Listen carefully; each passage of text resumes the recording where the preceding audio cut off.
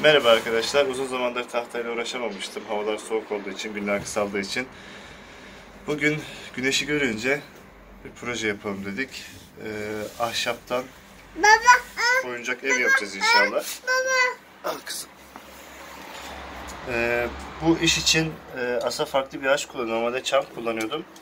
Ayos denilen bu ağaç Afrika'dan geliyor. Çama göre daha hafif.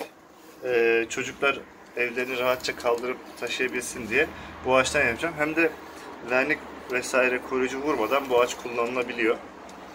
İnşallah güzel bir şey çıkar.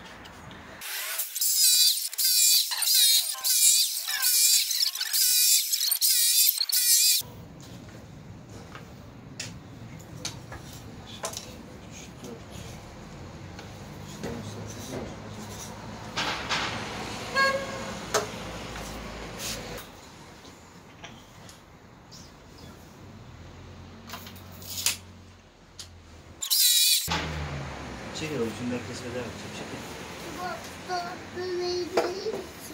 Vereceğim. Al.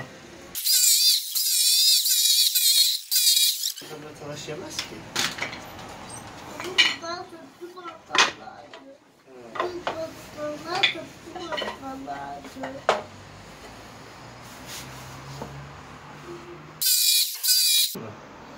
Şimdi böyle senin olsun. Biraz da Metin al. Al bakayım Metin al. Aklıma çok güzel bir bilgi geldi. Al sen de. Kırın uyumuzu yapmaya ne dersin? Ne?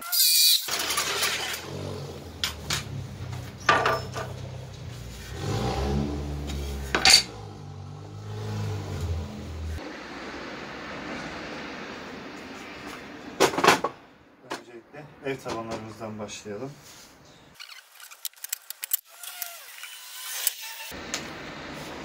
Tahta yapıştırırken eldeki yapışkanı silmek için ıslak mendil, bebekler için ıslak mendiller çok güzel. Hem pratik hem de çok iyi işe yarıyor.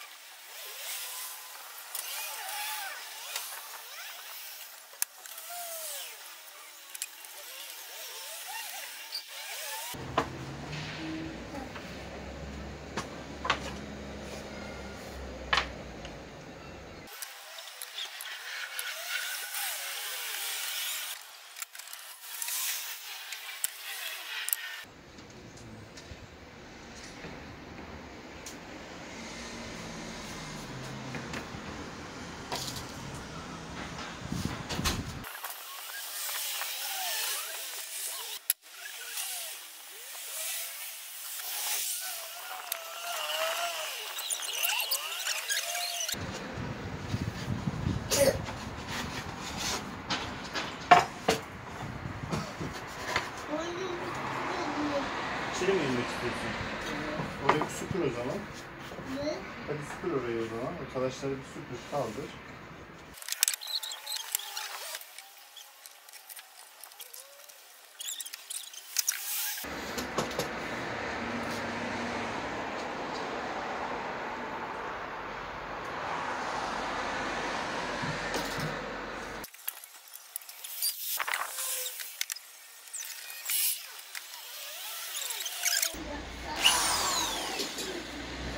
Talaş mı lazım?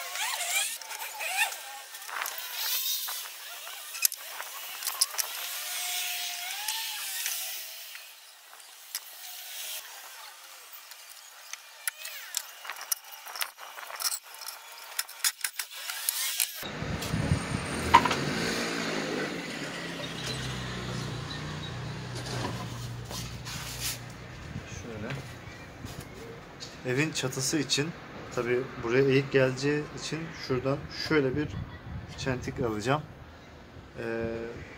Açıyı doğru ayarlayabilmek için de bizzat koyarak çizdim.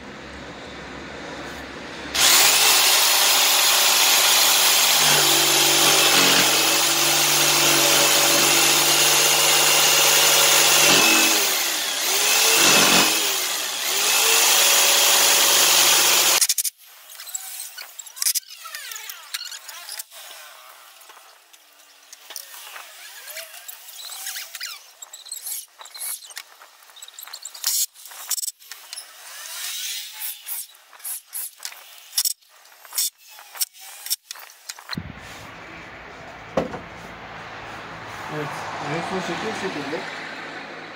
Bir zımpalamak kaldı. Burası buldu, kullanımı buldu.